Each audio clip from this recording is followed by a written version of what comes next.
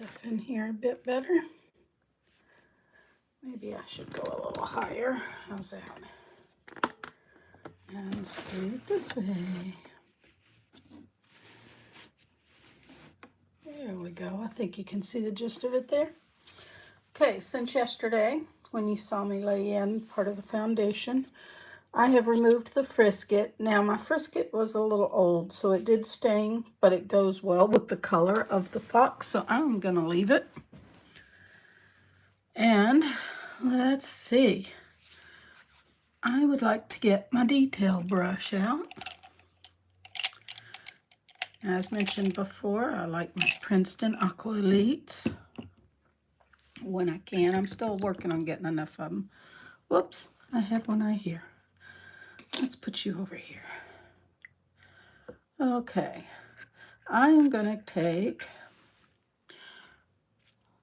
my black mixture, which is just a darker blue, a little of my red, and I think it was the sepia. I usually choose a brown. And I mix those until I get the shade of black I'm looking for. And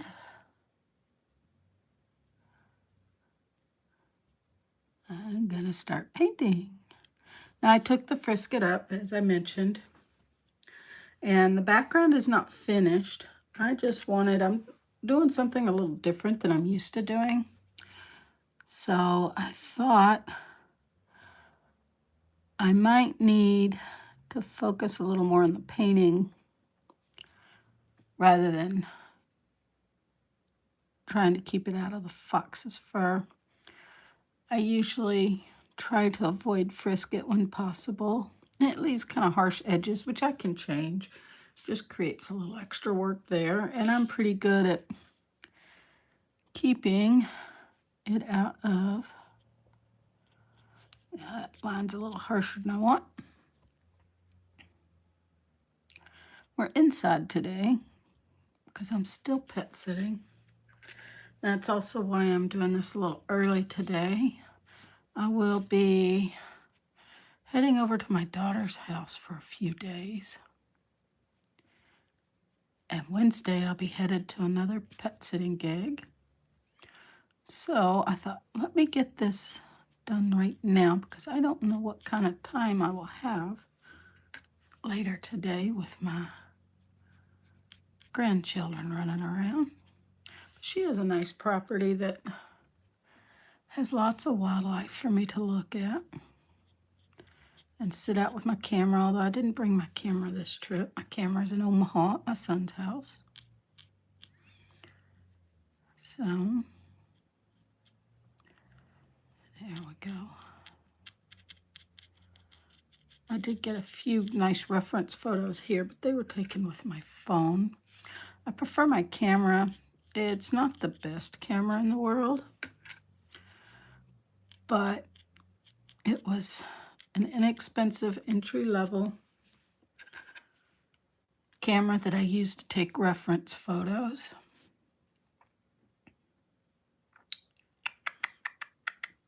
I think I want to dilute this down a little bit here. Now I'm making sure everything I paint here sort of blends.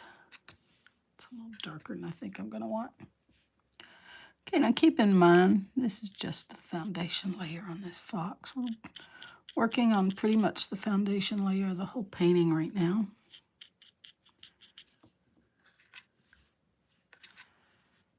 There we go. I'm learning to do these lives. I would like to give back a little bit because I've learned so much off of YouTube.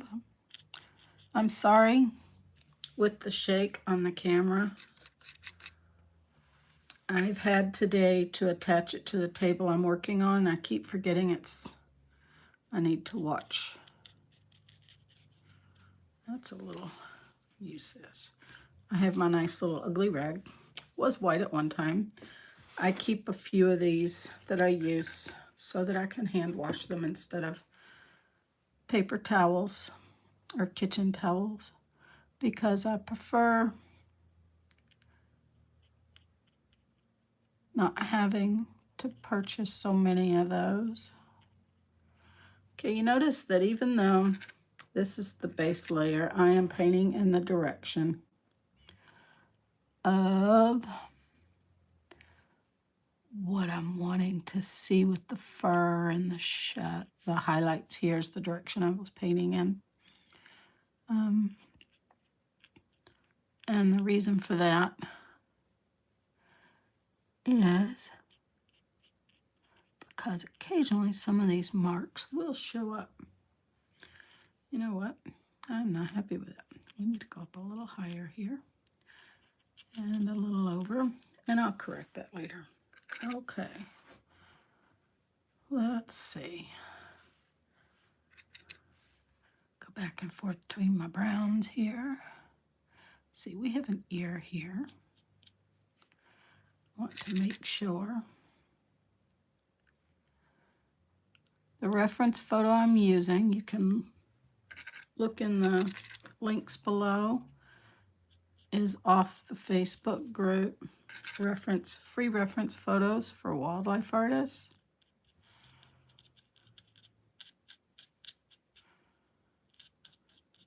Okay, that's probably enough of that. And I've linked it below. I've also put the photographer's name below, so you can do a search for it if you'd like. There are so many wonderful fox photos. If you prefer a different type of fox, because by region they change a little, their features change, you can choose to paint one. Now, these are not meant to be tutorials here that I'm doing. They're more just sharing a little of my process, a little about my art. Let's see, there's a rock there. I know I want to keep that. Okay, it's time for a little bit bigger brush. Where's my 000? Here it is. I want to keep this one small because the fur in this area is short. Okay. We have background.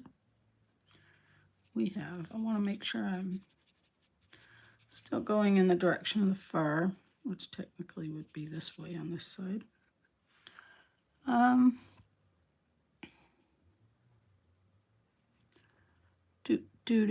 Let's see, there's another foot there, so we're gonna go. There's not a lot of detail in this area because it's darkened. Okay, that's good enough for now. Just getting this in, mapping it in. Okay, on the side of the rock here, we have, oops, let's see. This came down, this. I'm just mapping out my painting for this foundation layer part. The light is not the best in this room that I'm in right now. So I definitely want to wait till I get to my daughter's house to put in the detail. Okay, this will change up in here a little bit. I do know we need a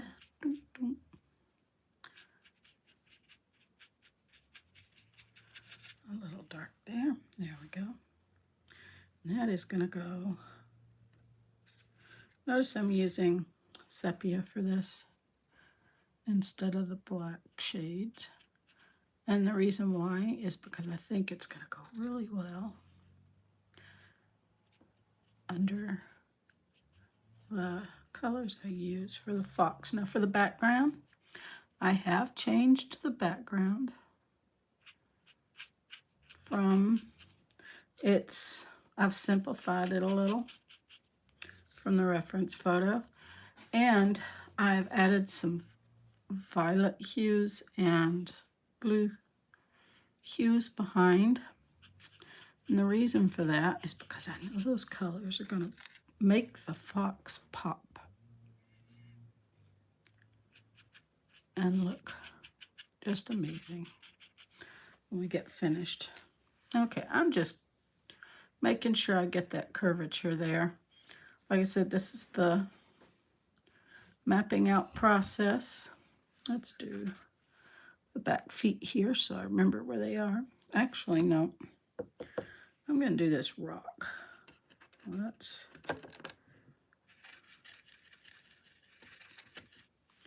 this is not actually the color of the rock, but this is a nice undercoat for it.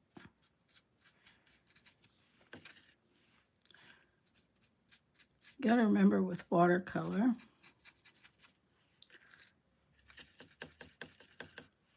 it's the layers will build your color. You do not have to pop it all in at once.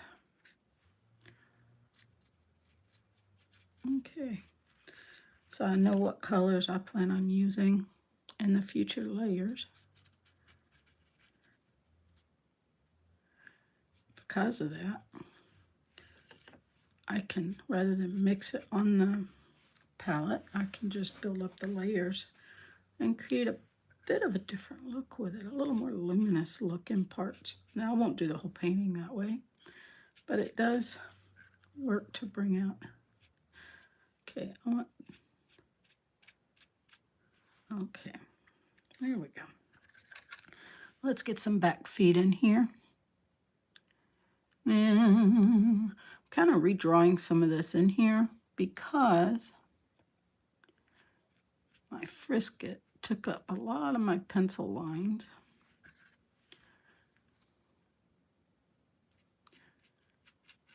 So that's why you see me dry brushing a lot of this in. Just, well, sort of dry brushing. The paint is actually wet and mixed with water.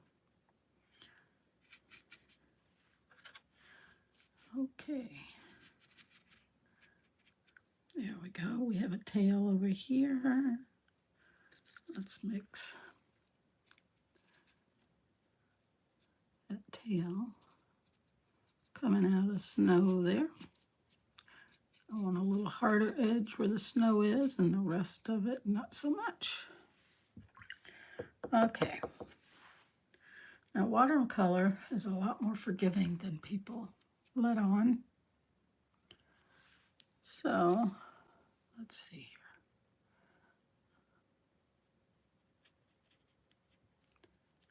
Keep shaking that camera, I'm sorry.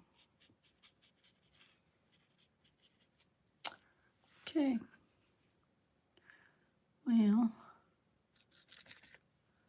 going to do a little bit more of this ear up here. There we go. Should I brush in before I stop some of the... Yeah, let's do that. I'm going to get a little bit bigger brush here. I do not have one in my favorite Princeton brushes yet. This is just a cheap brush that I have. They work perfectly well. I just like the Princeton Aqua Elite because they seem to hold a lot. Okay, and this is just going to be a lot of burnt sienna to start out with for the base layer. It will change. I may even add a little yellow into parts here. It was probably the wrong yellow, but that's okay.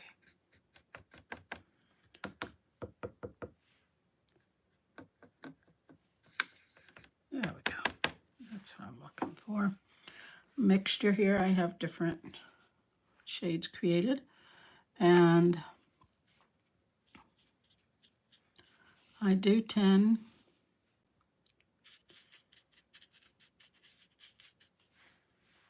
to, let's see here, talk and paint at the same time. I do tend to mix as I go because I like the variations in the color. Makes the paintings, in my opinion, lends towards the illusion of realism because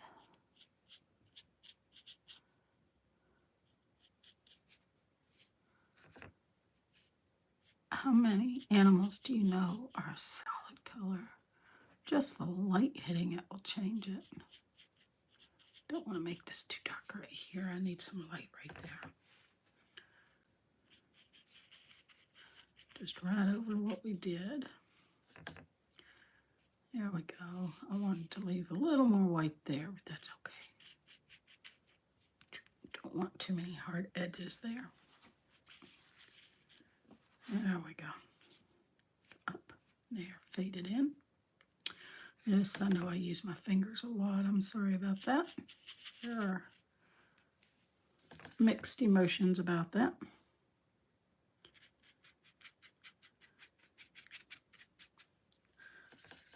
Alrighty.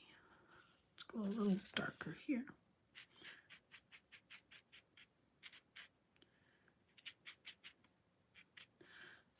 Alright. I want to go a lot darker right here. Don't be afraid of it. Add that color right on in there. It's going to lighten anyway. You can always lift it or change it or whatever floats your boat. Want that part a little lighter. Keep in mind here, there's fur going that way. Let's see. We have darker. Right about, you can still see me here, right? Yep. Right about, let's see, I know that curves for shape around his belly. We have the leg here that's gonna,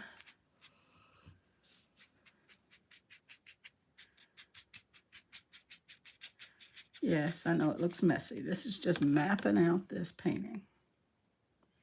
It's okay. This will get much darker in the long run. Let's see, over that first foot, we kind of curve it. Notice I'm still painting in the direction, even though we probably won't see a lot of this because I'm just getting color on the paper.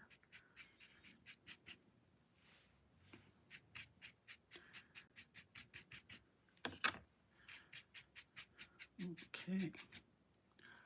All of this in here is going to be dark anyway.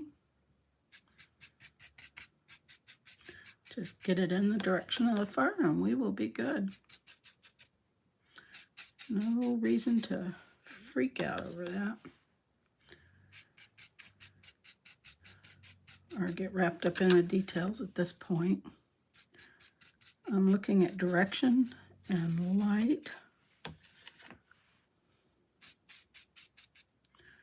Okay. Let's see, over this back foot. I do want some darker.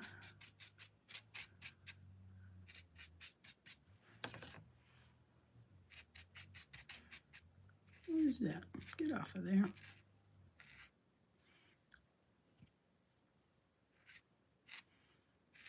Okay, I may have to lift that when it dries. I am pet sitting, and that looks like one of his little furs. There we go. Okay.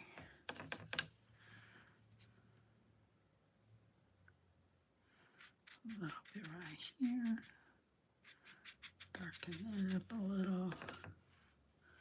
We are going to darken that up a little. See how we're getting just before we even put any detail. We're already seeing the shading here take hold a little bit here.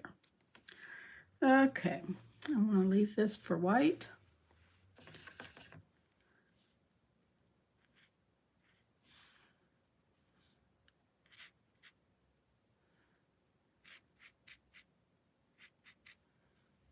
Okay,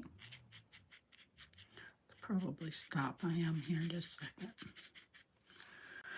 All right, let all this dry. And I might be back this afternoon. I might not. All depends on what my daughter has going on at her house and the grandbabies.